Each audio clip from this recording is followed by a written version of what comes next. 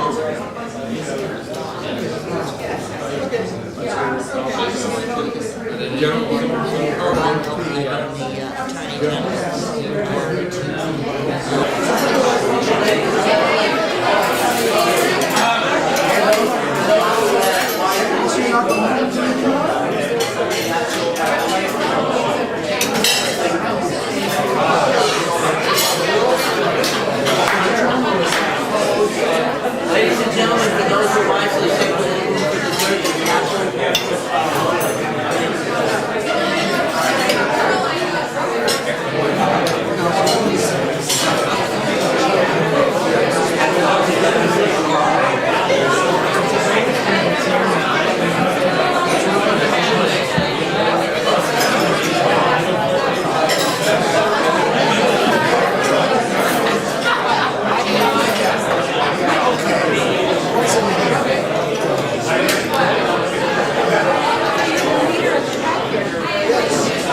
Somebody's got to. Thank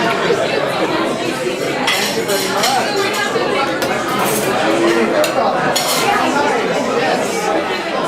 Well, that's what we're doing for one thing. Well, this is up north. It's something interesting. This is where you look at the town itself. It's 10 miles in.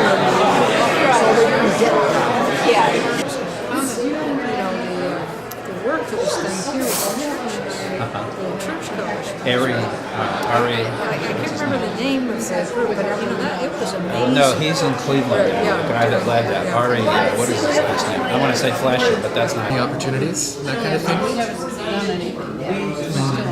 Well, yeah. How long have you been there? About 6 months? Officially, yeah.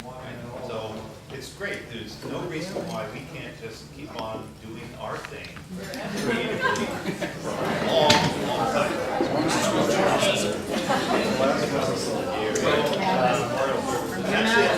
2062, the 95th anniversary, Descendants of the Asian Tour. How many generations?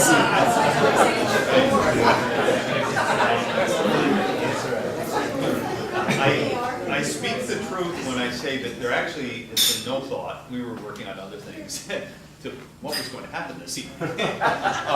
But I have heard sort of through the grapevine that a number of people expect or would like some stories or to hear more about the Asian tour.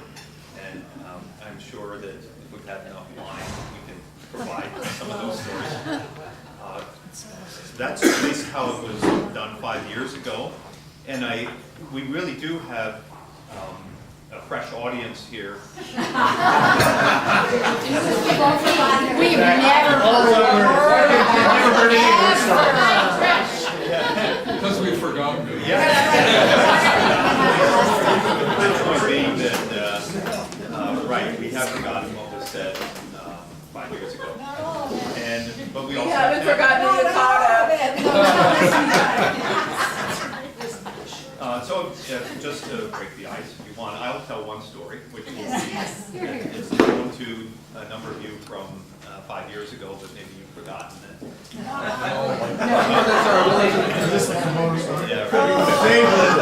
Okay, so people have heard it before, and just whatever. But it is representative of what the pickle you get into if you go into a foreign culture. The first foreign country that we visited was Japan, and the model of this trip was it would never been able to be done financially, but for it, is that you stayed at the homes of local people. So in due course, and I think it was my first Japanese night, I was farmed out to my designated host family, which was a couple and their son. And it was sort of thought that the son would be appropriate because he was male and I was there. But he was in high school and I was in college, so and we didn't have that much to talk about because he spoke no English and I spoke no Japanese. And so it was just like, oh, nothing to do with me. With whom I cannot communicate in words. So the thing was, as I got into their car, I was pretty tired. We were all pretty tired, and I was pretty sweaty and grody and yucky. But you've got this trip which went on for, I would estimate it was like a 2-hour car trip to their home. They lived, we went through all of greater Tokyo to get to their place, and I was trying to make, I don't know how you make small talk with hand signals, but you can't signal with small talk for 2 hours. Oh, look, the house. People out there. So it was getting old, and all I wanted it to do was for that car ride to end.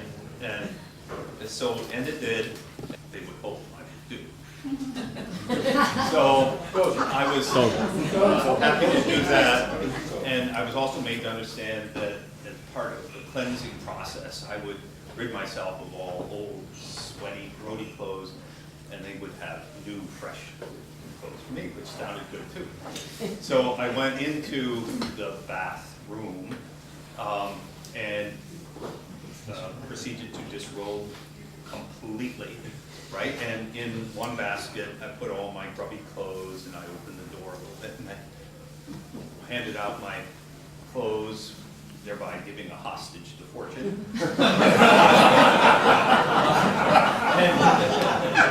Oh, there I was. And proceeded then to do the next step, which was to take the bath. So I didn't have to move very far because the lip of the bath was about 6 inches. There was almost no space between the bath and the paper thin wall here. And this bath was, I remember to this day, was really deep, really wide and long. It's like 4 feet deep, 4 feet wide, and 6 or 8 feet long.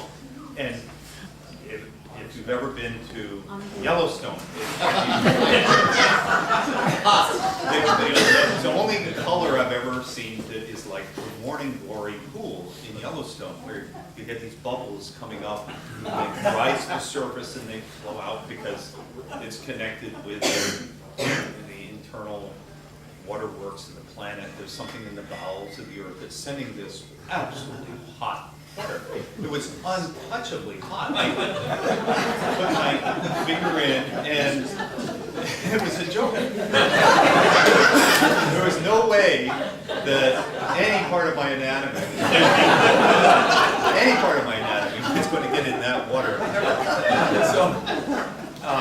So you could just sort of write off the bath, but I didn't want to make the host feel embarrassed or feel that something had gone wrong, so I realized I had to stay in the room for the amount of time that it would be appropriate to stay in the bath. So that I did, and I thought, well, since the wall is so thin, I'd better make it sound as if I was.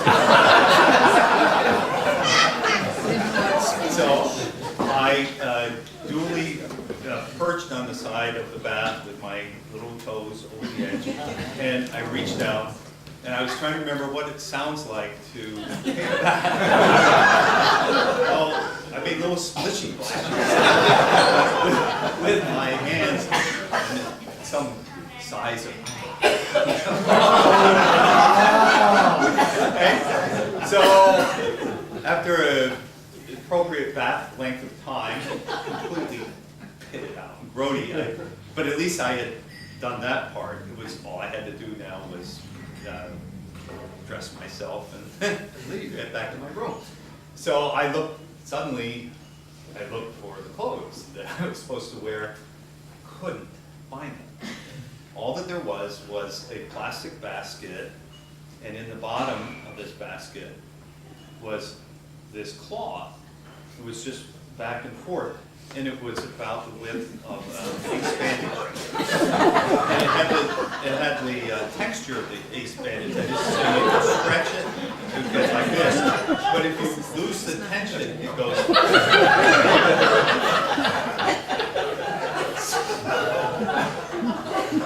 So I was thinking, this is really getting interesting. And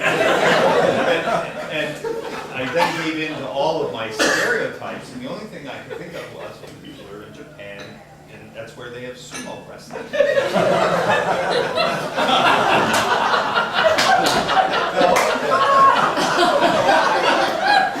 No, I took this thing, and I started wrapping it really tight so that get that extra little inch or two. But it really didn't cover you at all. It was long enough that you could kind of do one thing down. But it was really, it was less than what your usual sumo wrestling. But that was the only thing visible that I could do. So I thought, well, it's one of these non-stable situations. You just can't spend the rest of your life with it. You actually got to the next thing, which was to get from my bath to my room. And then I peeked out, and the family was waiting there. They wanted a bath. And They wanted to be next. yeah. And so I just realized I had to go out in my sumo. And so I started to go out the door, and a stricken look came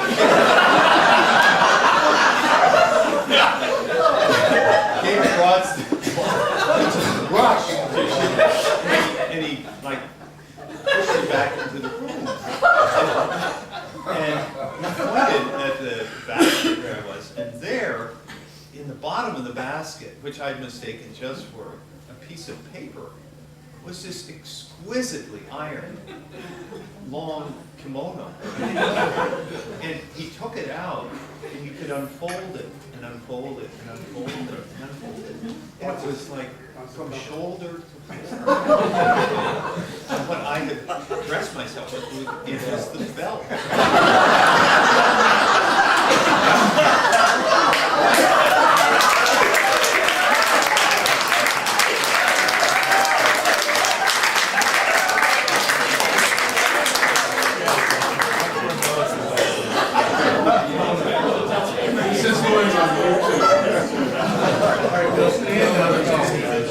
Steve, I'm disappointed. You're a Harvard student. Ned arranges how many night stays in Yomiuri, so we can all learn the customs and how to use a yukata, and yet there's that story too. But it's sad that the Yomiuri Land experience, which I remember very deeply, I think mostly for the singing. I don't know if others will remember that it was a big communal bath. But all the men were in one and all the women were in the other. But there were these windows that sort of tipped up and we could hear each other. And we got to singing. Does anyone else remember this? Yes. We were singing kind of Well, they back were and forth serenading. between the baths. And that was our introduction to both bathing and supposedly learning how to dress. Singing. From the repertoire, we had lots of repertoire to draw from. Great story. Story about the luggage off the Shinkansen. Well, Ned is asking that there's another memory that some of you will have. We took the bullet train from Japan, from Tokyo to Kyoto. And Ned arranged all of this and said, look, this is going to be a great trip. You're going to love this bullet train. There's only one little problem. And that is that we're going to get on in, I think it was Shinjuku Station in Tokyo. and we have probably 15 or 20 minutes to board and get on and enjoy sitting down and then watching the stuff go by. However, when we get to Kyoto, we are going to have 1 minute and 45 seconds to get 88 people and 110 bags off the train. And if you don't get off the train in that minute and 45 seconds, you will go on to Kyoto. Or Osaka, or somewhere else. So Ned basically said to some of his underling managers, and I was one of those, figure this out and figure out how we get off. And some will remember that the train, I think, had either 8 or 10 cars. And we said, okay, bring all your baggage to these central 2 cars at either end, and everybody else disperse and go out other doors. And 3 people, I think, Bob Lewis, Bob Lower, who's not with us, me, and those are the 3 I remember. Peter, were you, Peter Burnham, or you? Were you another one of the ones? The pictures of the catching. So in a minute and 45 seconds, we had a couple of people outside and a couple of people inside. We basically chucked stuff out the door. And there's a photo, I think, of the 3 or 4 of us sitting on top of this mound of luggage on the train station platform in Kyoto where we got it. Thanks to Nick.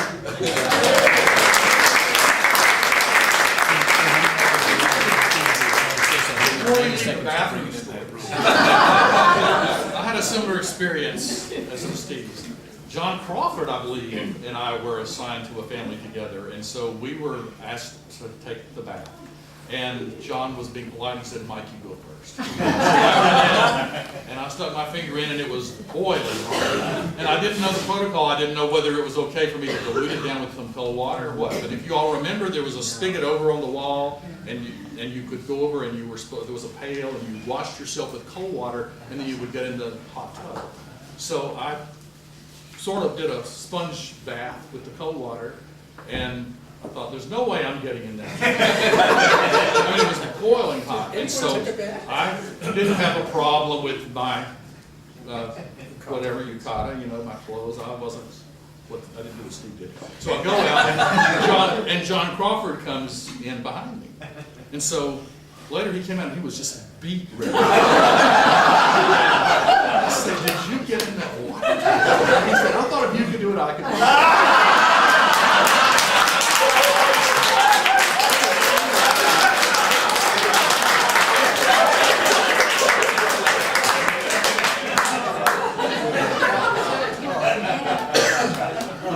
One more quick bathroom story. All based on Japan. I had the same bath experience. I did not have a roommate, it was just me. And I touched this water and I said, "Oh my God." I said, "Well, I'm tough. I'm going to do this. I'm going to do this." And I steeled myself and I got in this hot bathtub and I did